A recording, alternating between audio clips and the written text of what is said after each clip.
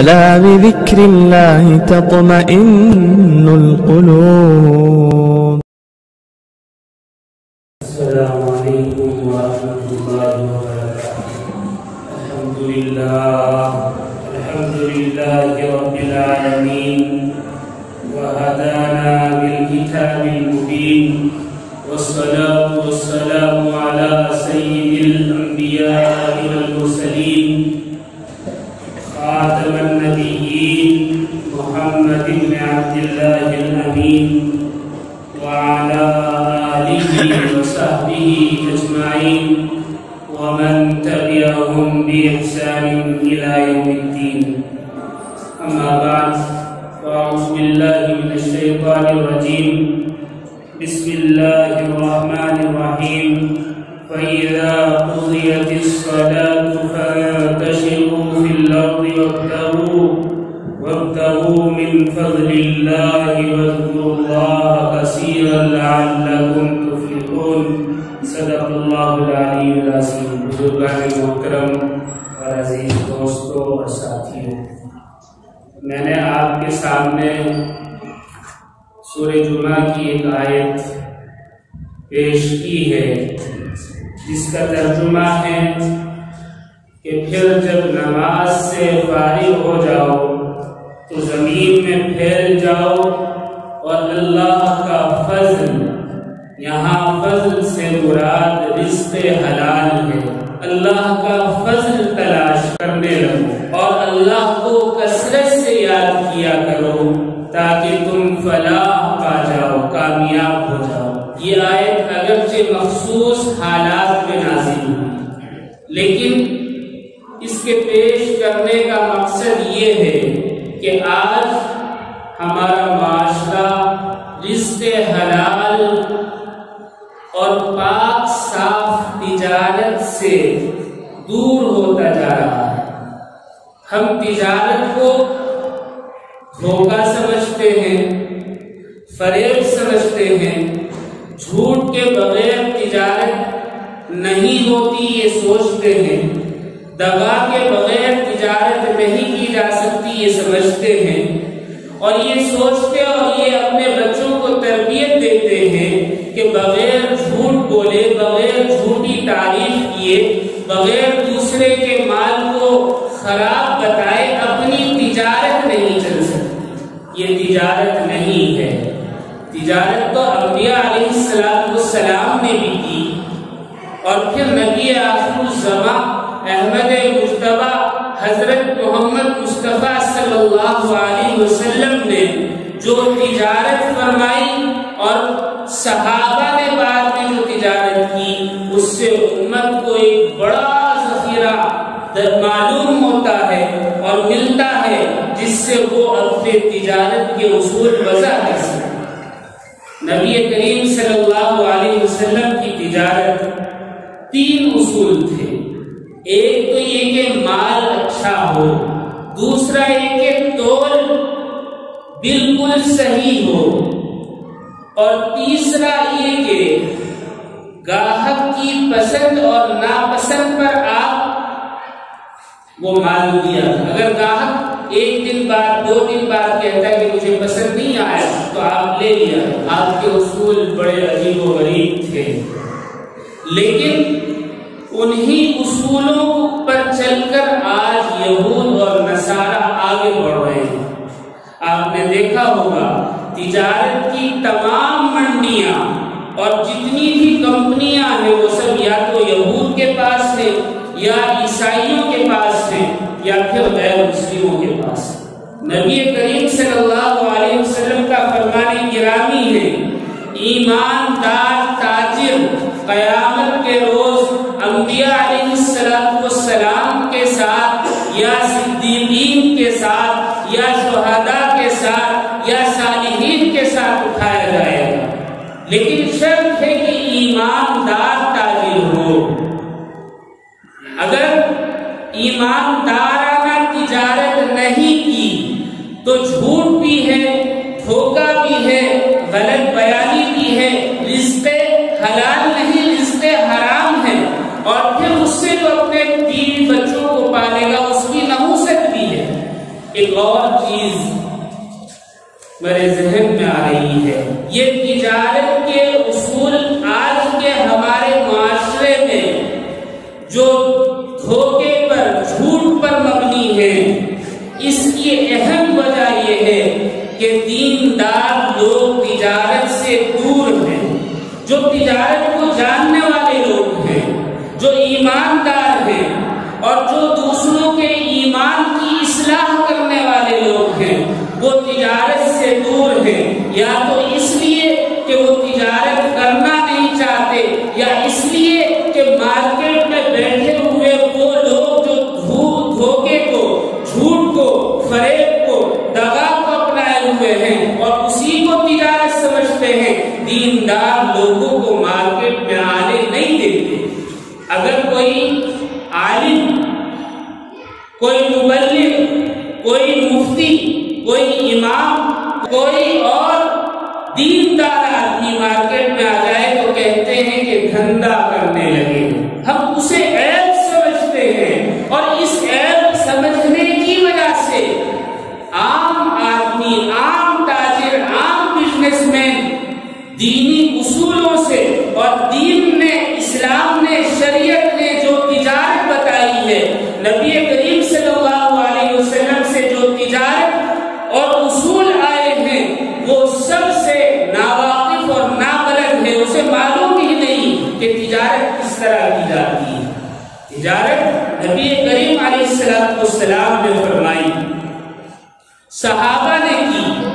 ہم یہ سمجھتے ہیں کہ صحابہ کے 24 گھنٹے، 12 مہینے، ساری زندگی اللہ اللہ کرتے گزر گئی، ایسا نہیں۔ انہوں نے بھی اپنے بیوی اور بچوں کو پالا، انہوں نے بھی کمایا اور کھایا، کسی کے آگے ہاتھ نہیں پھیلایا۔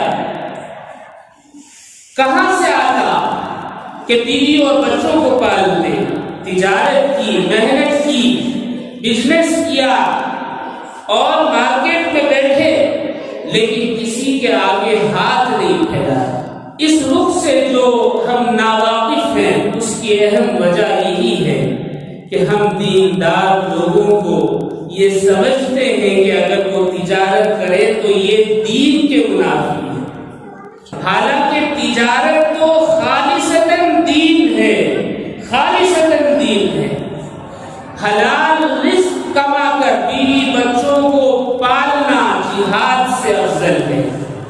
نبی کریم علیہ السلام جب جہاد سے تشریف لاتے اور مدینے کی آبادی نظر آنے لگتی تو آپ فرماتے صحابہ سے کہ دیکھو ہم جہاد اصغر سے جہاد اکبر کی طرف آ رہے ہیں، یعنی بڑے جہاد کی طرف جا رہے ہیں۔ کیوں؟ اس لیے کہ بیوی بچوں کو پالنا، حلال رزق تلاش کرنا، حلال تجارت کرنا، یہ جہاد سے زیادہ محنت اور مشقت والا کام ہے۔ صحابہ نے تجارت کی۔ نبی کریم علیہ السلام کو جب اللہ نے نبوت سے سرفراز فرمایا اور نبوت کا تاج آپ کے سر مبارک پر رکھا تو آپ نے اپنی تجارت کا رخ موڑ دیا۔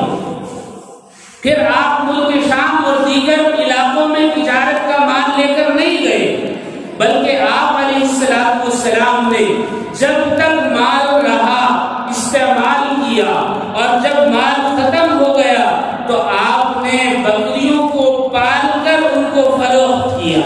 مدنی زندگی میں آپ علیہ السلام کے پاس ایک بڑا میدان تھا جس میں بہت سارے اونٹ تھے، بکریاں تھی، لیکن آپ بکریوں کو پالتے اور جب وہ بڑی ہو جاتی تو فروخت کر دیا کرتے۔ 20 سے زیادہ اونٹنیاں تھی جس کے دودھ سے آپ کے گھر کا خرچ چلا کرتا تھا۔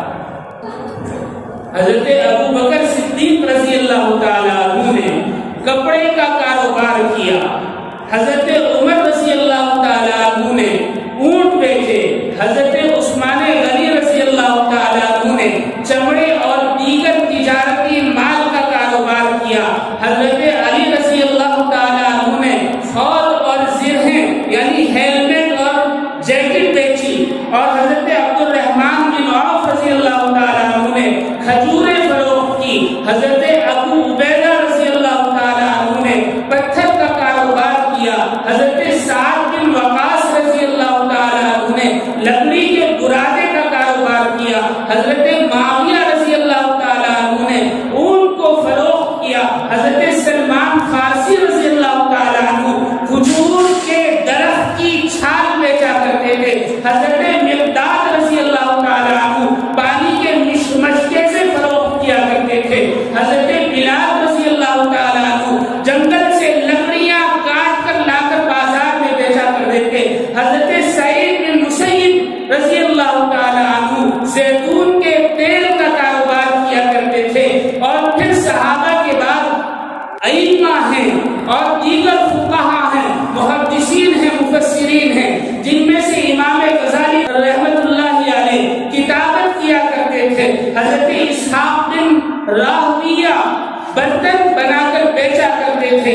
حضرت امام مسلم رحمت اللہ علیہ عطر بیچا کرتے تھے، حضرت امام بخاری جن کی حدیث کی سب سے بڑی اور سب سے مستند کتاب بخاری شریف ہے، وہ دیگر تجارت اور کاشتکاری کیا کرتے تھے، اور حضرت امام نسائی بکری کے بچوں کو بیچا کرتے تھے، حضرت ابن ماجہ رحمت اللہ علیہ رکاب اور لگام جو گھوڑوں کو ڈالی جاتی ہے بیچا کرتے تھے، امام قرطبی رحمت اللہ علیہ جبہ اور کرتا بیچا کرتے تھے، حضرت سالم بن عبداللہ رحمت اللہ علیہ بازار میں جا کر چیز لیتے اور بیچ حلال لین دین کیا کرتے تھے، اسی طرح امام قروری رحمت اللہ علیہ مٹی کے برتنوں کا کاروبار کیا کرتے تھے، حضرت غندر بصری رحمت اللہ علیہ چادر بیچا کرتے تھے، حضرت ابو حنیفہ رحمت اللہ علیہ جنہیں امام اعظم کے نام سے ہم یاد کرتے ہیں، ریشمی کپڑوں کا کاروبار کیا کرتے تھے، اور مشہور بزرگ سری سبتی رحمت اللہ علیہ ٹین کے ڈبے بیچا کرتے تھے، یہ تھی تجارت۔ لیکن اسلامی اصولوں پر دھوکے سے پاک، جھوٹ سے پاک، دغا سے پاک، بے عیب چیز دیتے، اگر عیب ہوتا تو بتا دیا کرتے کہ یہ اس میں عیب ہے۔ آج جو ہمارے یہاں تجارت میں برائیاں پیدا ہو گئی، اس کی وجہ یہی ہے کہ جو دین کو جاننے والے لوگ ہیں وہ تجارت سے دور ہیں، مارکیٹوں میں ان کو آنے ہی نہیں دیا جاتا۔ حضرت رحمت اللہ علیہ ساؤتھ افریقہ گئے تو آپ نے وہاں ایک بات نوٹ کی، اور اکثر اپنی مجالس میں اس کا تذکرہ کیا کرتے تھے، فرماتے میں نے وہاں دیکھا ہے کہ جو نبی کے زمانے میں تجارت اور دین تھا وہی دین اور وہی تجارت آج وہاں ہے، اگرچہ پینٹ اور کوٹ پہنتے ہیں، ٹائی لگاتے ہیں، لیکن دین وہی ہے اور تجارت وہی ہے جو نبی نے اور صحابہ نے اختیار کی۔ وہاں کے امام، مؤذن اور دیگر دیندار لوگ مارکیٹوں میں بیٹھے ہوئے ہیں، بڑے بڑے مال چلا رہے ہیں، اور جب نماز کا وقت ہوتا ہے تو عبا پہنتے ہیں، پگڑی باندھتے ہیں اور منبر و محراب پر آ جاتے ہیں۔ ان کی تجارت بھی اسی لیے صاف اور شفاف ہے۔ آپ نے بتایا کہ اگر ایسے تاجر ہوں تو پھر نمازیں بھی درست ہوگی، کیوں؟ بیچارے امام صاحب کی تنخواہ 6,000 7,000 روپے ہوتی ہے، جب وہ نیت باندھیں گے تو دل میں خیال آئے گا کہ آج بچے نے فلاں چیز کی فرمائش کی، آج بیوی نے فلاں چیز کی فرمائش کی، گھر میں فلاں فلاں چیز اور فلاں فلاں راشن کی ضرورت ہے، کہاں سے لاؤں، کیسے لاؤں؟ بھلا جب اس کی نماز درست نہیں ہوگی تو آپ کی نماز کہاں سے صحیح ہو جائے گی؟ جب امام تاجر ہوگا، مؤذن تاجر ہوگا، آپ کو دین سمجھانے والا تاجر ہوگا، تو پھر دنیا سے وہ فارغ ہوگا، دنیا اس کے دل میں نہیں ہوگی، باہر ہوگی، اور وہ جو بھی آپ کو بتائے گا، جو بھی سکھائے گا، جو بھی امامت کرے گا، جو بھی مسائل بتائے گا، جو بھی آپ کی رہنمائی کرے گا، آپ کے جنازہ پڑھائے گا، آپ کا نکاح پڑھائے گا، اسے دنیا سے کوئی لین دین نہیں ہوگا،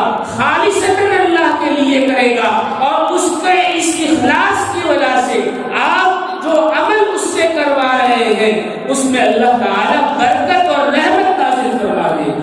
آج مارکیٹوں میں دیندار لوگوں کو ہٹا دیا جاتا ہے۔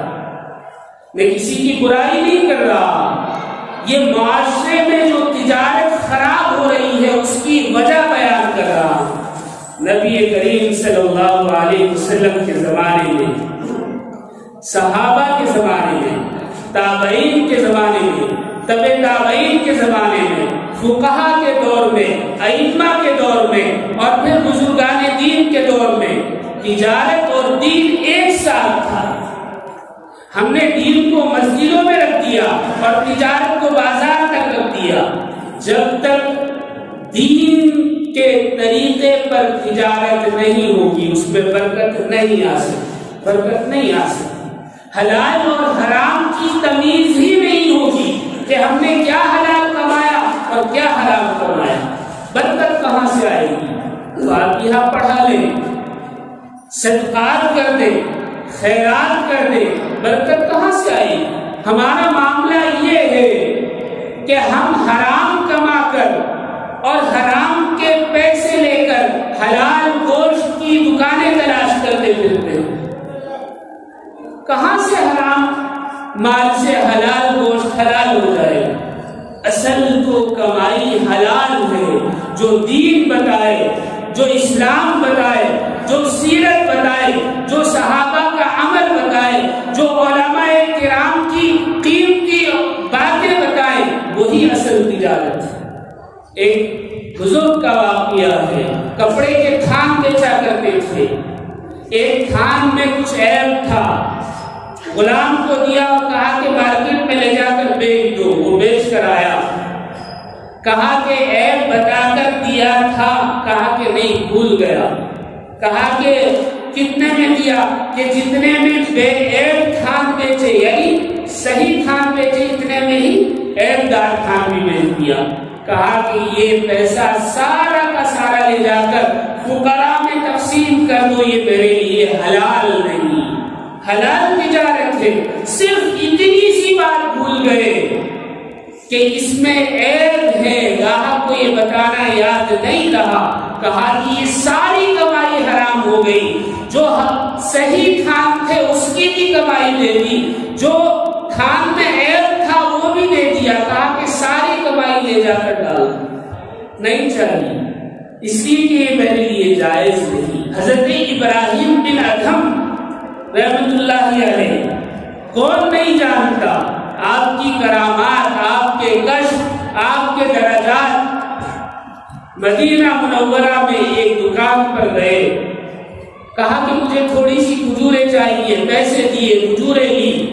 جب تاجر دکان والا کھجوریں تولنے لگا تو کچھ کھجوریں نیچے گر گئی، تو آپ نے وہ اٹھا کر جیب میں رکھ دی، یہ سمجھ کر کہ یہ تول میں آ گئی ہے، اور پھر فلسطین چلے گئے۔ ایک سال کے بعد آپ کو اندازہ ہوا کہ مجھے ایک سال عبادت کرتے ہوئے، ریاضت کرتے ہوئے، نمازیں پڑھتے ہوئے، دعائیں مانگتے ہوئے، سجدہ کرتے ہوئے گزر گیا، لیکن میری نماز اور عبادت قبول ہی نہیں ہو رہی۔ رات میں خواب دیکھا، دو فرشتے آئے، ایک نے کہا کہ اس شخص کی عبادت کیوں قبول نہیں ہو رہی، دوسرے نے کہا اس نے مدینہ میں ایک سال پہلے کھجوریں لی تھی، اور کھجوریں لیتے ہوئے اس نے چند کھجوریں یہ سمجھ کر کہ یہ تول میں آ گئی ہیں اور میری ہیں اپنی جیب میں رکھ لی اور استعمال کر لی، اس کا پیسہ اس نے ادا نہیں کیا۔ اس حرام خوری کی وجہ سے ایک سال سے اس کی تمام عبادتیں، تمام ریاضتیں، تمام دعائیں آسمان اور زمین کے درمیان معلق ہیں۔ کیسے بزرگ؟ حضرت ابراہیم بن ادھم کے معاملے میں ایسا، فوراً آنکھ کھلی، سیدھے مدینہ گئے، تاجر کو تلاش کیا، پتا چلا اس کا انتقال ہو گیا، اس کا بیٹا ہے، اس کے پاس جا کر ساری بات بتائی اور وہ کھجورے کے پیسے دیے اور کہا کہ یہ رکھ لو، مجھ سے بھول ہوئی، مجھے غلط فہمی ہوئی، میں نے دھوکہ نہیں دیا، میں نے فریب نہیں دیا، مجھ سے غلطی سے ایسا ہوا ہے، یہ پیسے رکھ لو۔ اگلے دن خواب میں فرشتے آئے اور کہا کو قبول فرمائیے۔ لینا اور دینا، خریدنا اور بیچنا، تجارت جو بھی ہے وہ سب ایمانداری پر مبنی ہونی چاہیے۔ اگر تھوڑا سا بھی جھوٹ آ جائے، تھوڑا سا بھی دھوکہ آ جائے، غلط فہمی آ جائے تو مال حلال نہیں رہتا، مشکوک ہو جاتا۔ ہمارا معاشرہ تو بڑا خراب ہو گیا ہے، بڑا خراب ہو گیا۔ برٹش گورنمنٹ کا زمانہ بہت پرانا نہیں ہے۔ جامع مسجد دہلی کے باہر ایک چور نے ایک شخص کی چوری کی، ایک انگریز تھا، اس کی چوری کی۔ بہت سارے پیسے ہاتھ لگے، سامان ہاتھ لگا، لیکن پھر واپس دے دیے، اور واپس دے کر پورا دن تلاش کرتا رہا کہ کس کی جیب کاٹوں، کس کی جیب کاٹوں، کس کی جیب کاٹوں۔ شام میں 2 پیسے لے کر اپنے استاد کے پاس گیا۔ شام میں سب ایمانداری کے ساتھ جتنے پیسے ہوتے تھے وہ اپنے استاد کے سامنے رکھ دیتے، وہ اس میں سے ان کی محنت کے حساب سے پیسے دیا۔ اس چور نے بھی 2 پیسے لے جا کر اس کے سامنے رکھے تو بہت ناراض ہوا، کہا کہ سارا دن خراب کر دیا، 2 پیسے میں کیا آئے گا، اس سے زیادہ تو کھا لیتا، تجھے پالنا پوسنا کھلانا پلانا پہنانا سب میرے ذمہ ہے، اور 2 پیسے لایا ہے۔ اس نے کہا کہ استاد آج غلطی ہو گئی اور آج بڑا ہاتھ مارا تھا، لیکن میں نے وہ سارا کا سارا پیسہ اس کو واپس دیا۔ تو استاد کو اور غصہ آیا کہ ایک تو چوری اچھی خاصی کی، اوپر سے پھر وہ واپس بھی کر دیا اور 2 پیسے لے کر آیا۔ تو ہاتھ اٹھا لیا مارنے کے لیے۔ اس نے کہا کہ استاد بات تو سن لو، کہ دیکھو مجھے شرم آئی تھی، وہ انگریز تھا، عیسائی تھا، حضرت عیسیٰ کو ماننے والا تھا، حضرت عیسیٰ کی امت سے تھا، میں نے اس کی چوری کی اور بہت سارا مال پیسہ میرے ہاتھ لگا، لیکن جب میں واپس پلٹا تو میرے دل میں خیال آیا قیامت کے دن حضرت عیسیٰ علیہ السلام نے نبی کریم علیہ السلام سے اگر سوال کر لیا کہ اے محمد رک جائیے، آپ کے امتی نے میرے امتی کی جیب کاٹی تھی، تو پھر نبی کریم علیہ السلام کو جو شرمندگی ہوگی اور اس شرمندگی کا جو موجب میں ہوں گا تو میں کیا جواب دوں گا؟ مجھے غیرت آئی، میں نے وہ سارا پیسہ اس کو واپس کر دیا کہ قیامت کے دن حضرت عیسیٰ کے سامنے محمد الرسول اللہ صلی اللہ علیہ وسلم کو شرمندہ نہ ہونا پڑے، میں بھوکا رہ جاؤں، استاد کی گالیاں سن لوں، لیکن آقا کو کوئی سوال نہ پوچھا۔ استاد بھی مسلمان تھا، اس نے 2 روپے اس زمانے میں نکال کر اس کو دیے۔ 2 روپے آج کے زمانے میں تقریباً 17-18 ہزار روپے ہوتے تھے، اور کہا کہ یہ میرا انعام ہے۔ اللہ اکبر! اس زمانے کے چور اچک کے ایسے غیرت مند، ایسے شرم و حیا کرنے والے، اور آج ہم تجارت کو جھوٹ پر ہی سمجھتے ہیں کہ جھوٹ ہو تو تجارت ہوگی، جھوٹ نہیں تو تجارت نہیں۔ تجارت تو وہ تھی، خیال تو وہ رکھا کرتے تھے۔ ایک آدمی ایک کپڑے کے تاجر کے پاس آیا اور کہا کہ مجھے کپڑا لینا ہے، یہ کپڑا دکھا دو۔ کپڑا دکھایا، قیمت پوچھی، کہا کہ آپ اس میں سے اتنا کپڑا دے دو۔ اس نے کہا کہ میرے بھائی اگر برا نہ مانو تو آپ اس سے کپڑا لائیں۔ کہا کہ کان کھڑے ہو گئے، کیوں؟ کہا کہ دیکھو وہ سامنے والی دکان ہے، آپ کپڑا اس سے لے لو، یہی کپڑا اسی کمپنی کا، اسی تھان کا کپڑا اس سامنے والے تاجر کے پاس بھی ہے، اور آپ کو وہ 10 پیسے کم دے گا، آپ اس سے لے لو۔ اس نے کہا کہ میں تو آپ کے پاس آیا ہوں، اس کے پاس کیوں بیچتے ہو؟ کہا کہ دیکھو میرا ایک ٹارگٹ تھا کہ مجھے آج اتنا کام کرنا ہے اور اتنا پیسہ کمانا ہے، وہ پورا ہو چکا ہے الحمدللہ۔ آج وہ اللہ رب العزت نے مجھے صبح سویرے ہی وہ تمام رزق پہنچا دیا۔ لیکن وہ سامنے والا میرا بھائی مسلمان ہے، ابھی تک اس کی بولی نہیں ہوئی، میں چاہتا ہوں کہ آپ کپڑا اس سے ایسے تاجر مارکیٹ میں ہوں گے تو برکت کیوں نہیں ہو؟ نبی کریم علیہ السلام کے تجارت کے اصول بھی بڑے عجیب و غریب۔ آپ جو مال اٹھاتے فرسٹ کوالٹی کا اٹھاتے، بہترین مال ہوتا، اگر اس میں کوئی عیب بھی ہوتا تو اپنے ملازموں کے ذریعے اس کو صاف کراتے، اس کو دور کرتے، اور پھر مارکیٹ میں مال لے جا کر رکھتے، دکان لگا لیتے، لیکن دکان نہیں کھولتے تھے۔ آپ کے ساتھ قافلے والے جب پہنچتے اور دکان لگاتے، اپنا مال بیچنا شروع کرتے، بیچتے ان کا مال ختم ہو جاتا، تو نبی کریم علیہ السلام اپنی دکان کھولیں۔ ہمارے ہاں یہ ہے کہ پہلے اپنا مال لے جاؤ جلدی، تاکہ ہمارا بک جائے، دوسرے کا بکے نہ بکے، مطلب۔ اور نبی کریم علیہ السلام نے بتا دیا کہ مال ایسے بیچو کہ پہلے دوسرے اپنا حق ادا کر لیں، کہ بیچ لیں، اور پھر جب آپ کے پاس کوالٹی کا مال ہوگا تو سامنے والا نہ چاہتے ہوئے بھی آپ سے لے گا۔ جب دوسروں کا مال کم ہوتا یا ختم ہوتا یا مارکیٹ میں اس جیسا مال نہ ہوتا تو پھر آپ دکان کھول دیتے۔ اس کا مطلب یہ نہیں کہ آپ اسٹاک رکھتے تھے، اسٹاک نہیں رکھتے، ادھر لیا ادھر بیچ دیا، ادھر لیا ادھر بیچ دیا، لیکن کبھی اسٹاک نہیں کی، ذخیرہ اندوزی نہیں کی۔ یہ گناہ ہے، گناہ کبیرہ۔ نبی کریم علیہ السلام کا ایک تو اصول یہ تھا کہ بہترین مال مارکیٹ میں لے کر آ۔ دوسرا اصول یہ تھا کہ کم منافع پر، مارکیٹ کے قیمت پر آپ اسے فروخت کر دیا کرتے۔ تیسری چیز یہ کہ تول یا ناپ یا ماپ جو بھی تھا تھوڑا سا زیادہ رکھتے تاکہ لینے والے کے دل میں شبہ پیدا نہ ہو، اور بالکل سامنے تولتے۔ اگر کوئی کہتا آپ تول کر رکھو میں آ کر لوں گا، آپ فرماتے نہیں، آپ آؤ، آپ کے سامنے تول کر دوں گا، جس چیز پر ہاتھ رکھو گے وہی تول کر دوں گا۔ ظاہر سی بات ہے کہ منافع تو ہونا ہی تھا۔ یہی وجہ تھی کہ قافلے کے قافلے جب ملک شام جاتے، نبی کریم صلی اللہ علیہ وسلم اپنی دکان لگا لیتے، لیکن کھولتے نہیں تھے۔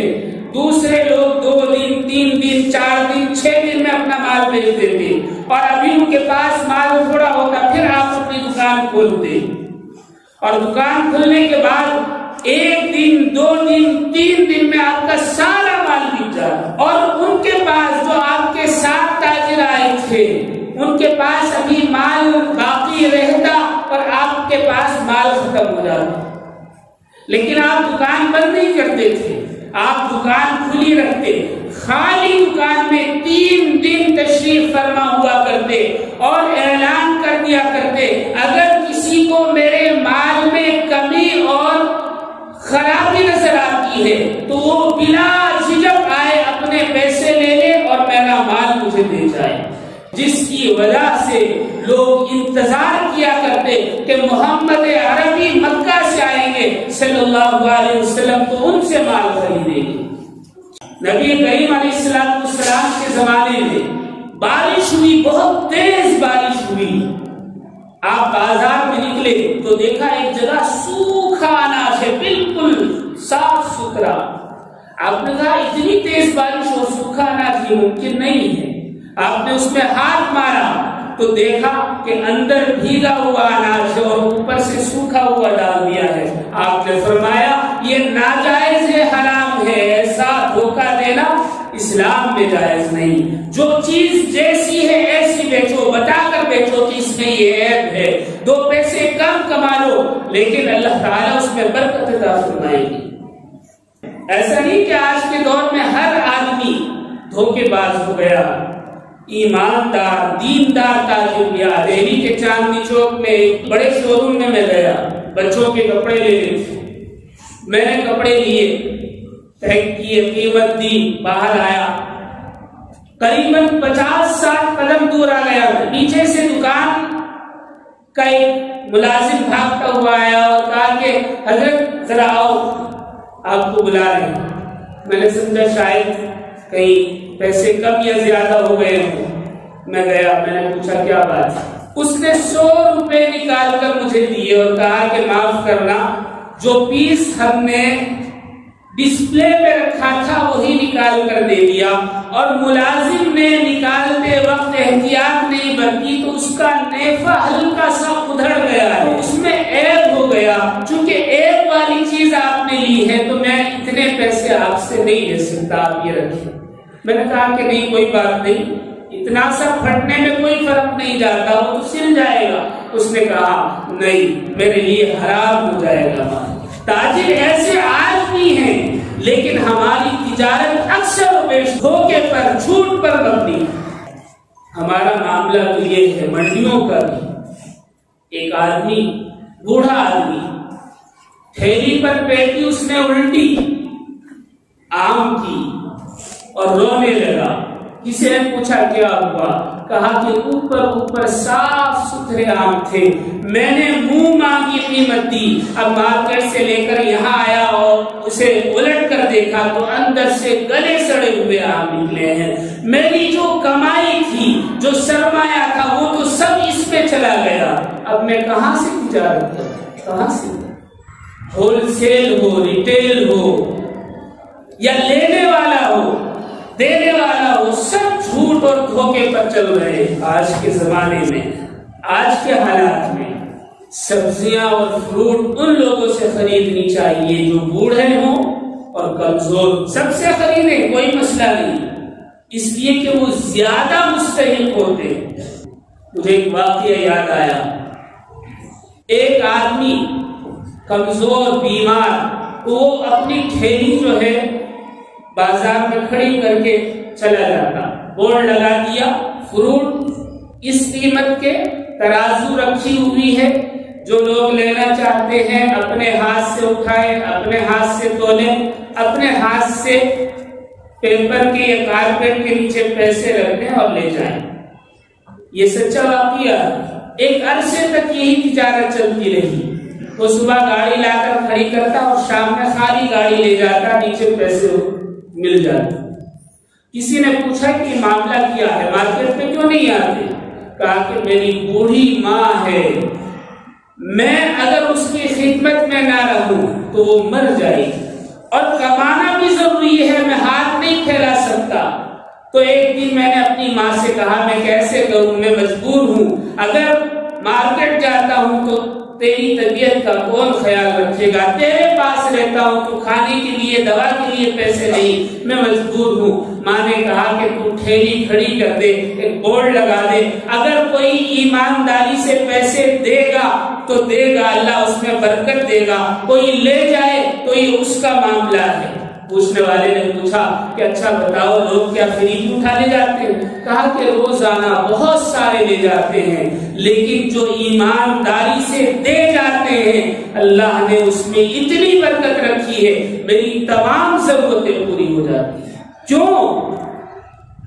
دھوکہ دینے والے نے دھوکہ دیا، لیکن یہ اپنی ایک تو ماں کی خدمت میں ہے، دوسرا یہ جھوٹ سے، دھوکے سے، غیبت سے اور بازار کے ماحول سے دور تھا، اللہ نے انہی پیسوں میں برکت عطا فرمائی۔ ہم چاہتے ہیں کہ تجارت بھی ہو اور خوب تجارت ہو، بزنس ہو، خوب بزنس ہو، لیکن کچھ خرچ نہ کرنا پڑے، کم قیمت کا مال زیادہ قیمت میں دے دیں، ایک دان مال اچھی قیمت پر ادا کر دیں، لیکن ایسے میں برکت کہاں سے آئی؟ ایک بوڑھا آدمی رو رہا تھا، ٹھیلی پر کھڑا ہوا، کہا کہ کیا ہوا؟ کہا کہ صبح سے شام تک میں نے 1500 روپے کے فروٹ بیچے، اور شام میں ایک آدمی آیا اور اس نے مجھ سے 500 روپے کے فروٹ خریدے اور 2000 کا نوٹ دے کر گیا۔ گھر آنے کے بعد پتا چلا کہ یہ نوٹ تو نقلی ہے۔ بھائیو، کیا قیامت میں حساب نہیں ہوگا؟ ہم پھٹے ہوئے نوٹ جان بوجھ کر ایسے لوگوں کو جو کم نظر جن کو آتا ہے، یا بوڑھے ہیں وہ غور نہیں کر سکتے، یا بچے ہیں جو پہچان نہیں سکتے، یا عورتیں ہیں ان کو دے کر چل دیتے ہیں، کیا اس کا حساب نہیں ہوگا؟ یقیناً ہوگا۔ اور یہاں سے وہاں کا حساب بڑا سخت ہوگا اور وہاں کا لین دین بڑا سخت ہوگا۔ اللہ تعالی ہم سب کی حفاظت فرمائے۔ نبی کریم علیہ السلام کی ایک مجلس میں صحابہ سے آپ معلوم کر رہے تھے آپ کیا کرتے ہیں، آپ کیا کرتے ہیں، آپ کیا کرتے ہیں۔ ایک آدمی اٹھا، اس نے مسافہ ملایا، آپ نے فرمایا اتنے سخت ہاتھ، اتنے سخت ہاتھ کیا کرتے ہو؟ کہا کہ اے اللہ کے نبی مزدوری کرتا ہوں۔ آپ نے اس کے دونوں ہاتھ کو اپنے دستے مبارک میں لیا، گردن کو جھکایا اور ہاتھوں کو چوما اور کہا کہ یہ ہاتھ جنتی ہیں، جنتی ہیں، اس لیے کہ یہ ہاتھ رزق حلال کماتے ہیں۔ احادیث میں آپ نے کبھی نہیں سنا ہوگا کسی تاجر کے، کسی اور رشتہ دار کے، کسی اور مجاہد کے آپ نے ہاتھ چومے، ایک مزدور کے ہاتھ چومے، کیوں؟ حلال رزق کمانے کی وجہ سے۔ نبی کریم علیہ السلام نے ارشاد فرمایا جو مسلمان کو دھوکہ دے وہ ہم میں سے نہیں، یعنی مسلمان ہی نہیں، اور ہمارا کاروبار ہی دھوکے پر۔ نبی کریم علیہ السلام کی حدیث ہے دیانت دار تاجر، یعنی ایماندار جو تاجر ہوتا ہے، بزنس مین ہوتا ہے، اس کے ساتھ اللہ کی مدد ہوتی ہے۔ شیخ الحدیث حضرت مولانا شیخ زکریا رحمۃ اللہ علیہ نے کتاب تحریر فرمائی ہے فضائل التجارت کے نام سے، اردو، ہندی اور دیگر زبانوں میں مل جائے گی آپ کو، وہ پڑھ لیں، سارے اصول مل جائیں گے کس طرح تجارت کی جائے۔ ایک حدیث سنا کر بات ختم کرتا ہوں۔ نبی کریم صلی اللہ علیہ وسلم کے ایک صحابی حضرت ابو امامہ رضی اللہ تعالیٰ عنہ فرماتے ہیں کہ آقا نامدار محمد عربی صلی اللہ علیہ وسلم نے ارشاد فرمایا جب تاجر میں 4 باتیں آ جائیں تو اس کی کمائی حلال ہو جاتی ہے، حرام نہیں رہتی، خالصتاً حلال ہو جاتی ہے۔ ایک کیا؟ جب خریدے تو مذمت نہ کرے، یعنی اس کی برائی بیان نہ کرے۔ مارکیٹ میں گیا، ہول سیلر سے جو مال اٹھا رہا ہے اس کی برائی نہ کرے، یہ مال ایسا، یہ ایسا، اس کے پیسے تو ملے گی کہ نہیں، یہ تو آپ زیادہ دے رہے ہیں، ایسے نہ کریں۔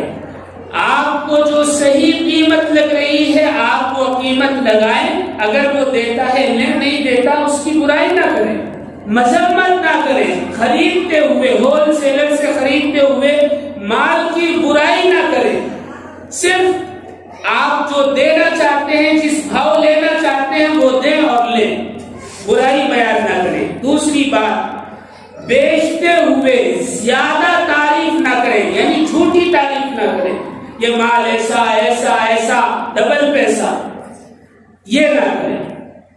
تیسری بات، بیچنے میں گڑبڑ نہ کریں، یعنی خراب چیز نیچے رکھ دی اور اچھی چیز اوپر رکھ دی، یا اندر ملا کر دے دیا، یہ گڑبڑ ہے۔ یا یہ ہے کہ صحیح چیز تو دے رہے ہیں، پیسے مارکیٹ سے زیادہ وصول کر رہے ہیں، جو حق ہے، جو آپ کا منافع جائز ہے، اس جائز سے بھی اتنا بڑھا کر لے لیں کہ وہ بالکل سراسر غلط ہو، تو یہ بھی جائز نہیں، یہ گڑبڑ ہے، یہ گڑبڑ نہ کریں۔ اور چوتھا یہ کہ خرید و فروخت میں قسم نہ کھائیں کہ اللہ کی قسم اتنے کا مال آیا، اللہ کی قسم مجھے اتنا منافع ہو رہا ہے، قسم نہ کھائیں۔ یہ چوتھی چیز، جن تجار میں، جن بزنس میں یہ 4 باتیں آ جائیں ان کا مال خالصتاً حلال ہو جاتا۔ نبی کریم صلی اللہ علیہ وسلم کی ایک اور حدیث آپ کے سامنے پیش کرتا ہوں۔ آپ نے فرمایا جو تاجر قسم کھائے، جو تاجر قسم کھائے کہ اللہ کی قسم یہ مال مجھے اتنے کا ملا ہے، اللہ کی قسم وہ جھوٹا ہے، اللہ کی قسم وہ جھوٹا ہے۔ آپ نے 1400 سال پہلے فرما دیا، اور آج ہمارے یہاں قسم پر ہی تجارت چلتی ہے۔ اللہ تعالی ہم سب کو کہنے سننے سے زیادہ عمل کی توفیق عطا فرمائے۔ کعبے پہ پڑی جب پہلی نظر، کیا چیز ہے دنیا بھول گیا، کیا چیز ہے دنیا بھول گیا۔